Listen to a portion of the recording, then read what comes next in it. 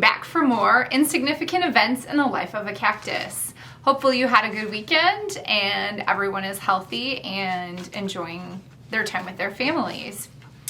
Chapter 6. Why is your whole lunch in here? Mom asked as she rummaged through my school bag. She narrowed her eyes at me, gripping the bag like it was evidence in a murder trial. Didn't you eat anything? Yeah, I had an ice cream over in the soda shop. I opened the fridge with my chin and shoulder, pulling on the special strap Dad had installed, opening the produce drawer with my foot, and lifted out a small bag of carrots. I could feel Mom's frown on my back. You're going to have to eat in front of the other kids at some point, Avon. I know, I just wasn't hungry today. Are you embarrassed, honey? She asked. I could hear the sadness in her voice. It was my first day, Mom. I just felt nervous, so I didn't have any appetite. Well, I hope that's all it was, she said, because you have nothing to feel embarrassed about. I know that. I shut the fridge and turned around. Do you want to hear something weird? Always. Henry in the soda shop kept telling me I love tarantulas. Well, do you? She asked. I don't know. Why would he tell me that? He has dementia, sweetheart. He doesn't think clearly anymore. Who knows what might have been going on in his mind when he said that? He just really seemed to think I was someone who would like tarantulas, I guess. He also gave me vanilla today. Yuck. Mom sighed.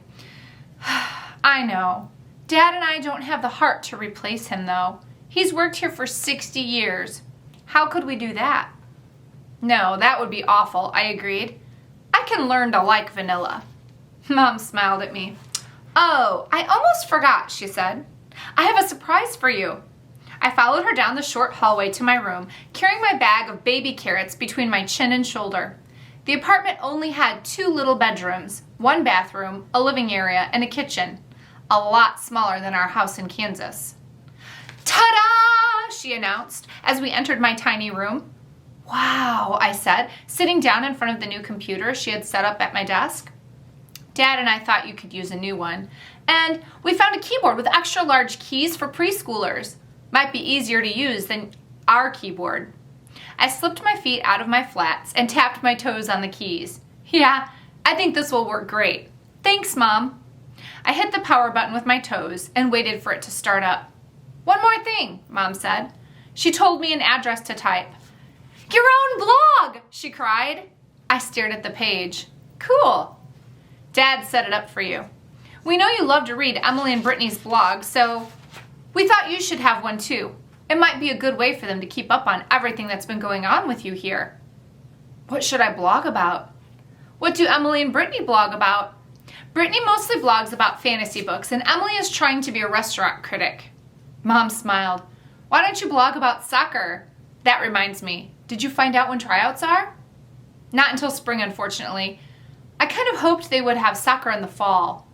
That stinks, Mom said. Well, you and Dad will just have to keep practicing together until then. Dad had already set up the new goal in the rodeo arena, and we had gone out there together early one morning before the sun could cook us. Despite the ball getting all dusty while we played, it had been kind of fun. Yeah, I said, yeah, we will. Dad had enrolled me in soccer when I was in 2nd grade. Prior to that, our attempts at several dad activities had mostly ended in failure or, worse, disaster. The time he tried to teach me how to fish immediately comes to mind.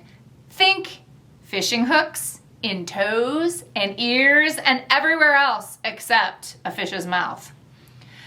Then there's the time he took me camping. The whole trip stunk. No showers, no soft mattress, smelly campfire, no TV. I know you were thinking I was going to say it stunk for some reason that had to do with me not having arms. Nope. It stunk because I hate camping. When Dad decided he just had to teach me a sport or he would die from never having any sort of bonding activity with me beyond watching old episodes of The Lone Ranger and eating chili together, soccer was the obvious choice. I have had nightmares about trying out for other sports at school. Usually they involve people throwing various balls at me. Footballs, basketballs, baseballs, take your pick. And those balls hitting me in the head or face while everyone in school watches. Not pretty. Soccer, though, that's a sport I can manage. Mom let out a big sigh. Whew. Now I've got to get over to that silly gold mine and talk to Bob. She said his name with a sneer. You know, he actually smacked a gold pan out of a 4-year-old's hand today because he kept picking up the quartz instead of the gold. Dad had to give the whole family free ice cream and t-shirts. She threw her hands up in exasperation. He's pretty awful, I said. Any day now, I expect he'll hit a toddler over the head with one of those pans, and then you'll have to give the family a whole lot more than ice cream and t-shirts. Her eyes grew huge with alarm, like I was Madame Myrtle and had just foretold the actual future. I giggled as she stormed out of my room, having sufficiently worked herself up to lay into Bob, mumbling something about how he better get his butt in line or she'd be putting her foot in it. I was happy Mom was working with Dad at the park. She seemed to enjoy it, and it would give her something to do while I was at school during the day. I turned and stared at the screen. I typed my first blog post. School stinks, and it's hotter outside than a dishwasher's steam cycle, but much less steamy. And it doesn't smell like soap. At least my arms aren't hot, though. Ha ha. Yeah, that's because I don't have any. I posted it and nodded at the screen with satisfaction. Then I sat on my bed and munched on the carrots while I worked on my homework. My teachers had all been nice enough, but I didn't want them giving me special treatment. I could tell they all wanted to. The worst had been when Mr. Jeffries, my art teacher, had asked the class if someone would pair up with me to help me get my paints ready.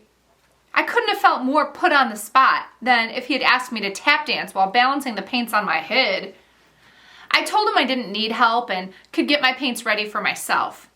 The whole class had watched me the entire time, trying to pretend they weren't watching, as I had collected my supplies and arranged them at my workspace.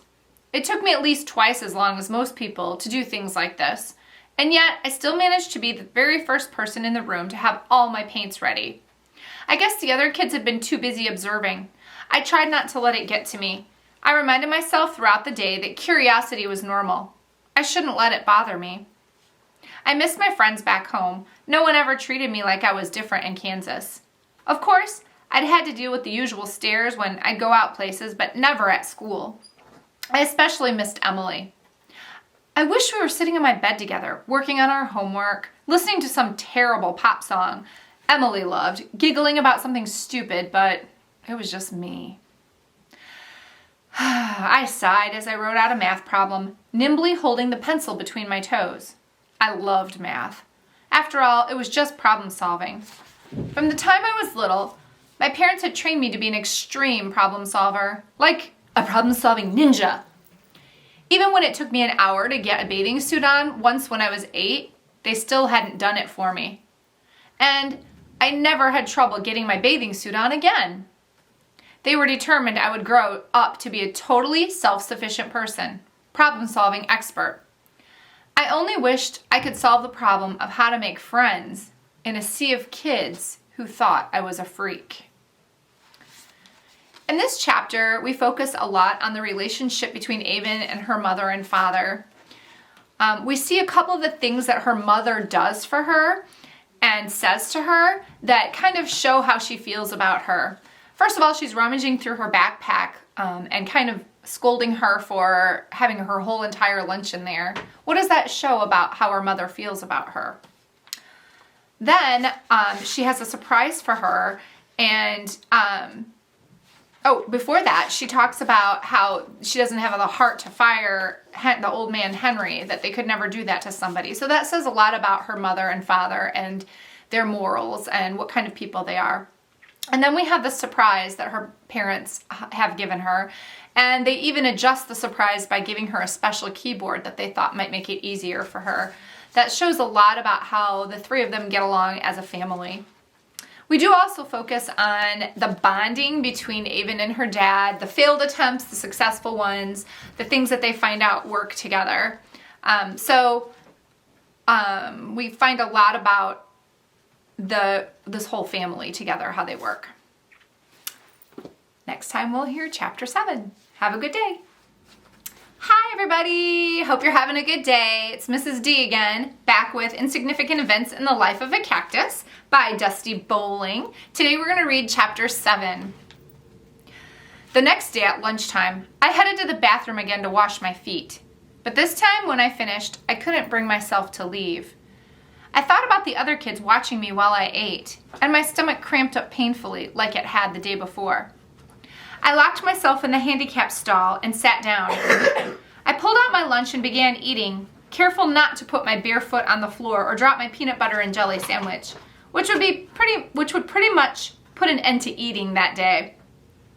I always ate peanut butter and jelly at school. That's because peanut butter and jelly sticks together nicely. A turkey sandwich with lettuce, tomato, and cheese would be a disaster for me. I'd seen people who couldn't even eat turkey sandwiches with their hands without stuff falling out all over the place. I imagined trying to eat a sandwich like that in the bathroom, everything ending up on the gross floor except a single slice of mayonnaise-y bread I still managed to hold in my toes. I giggled at the thought.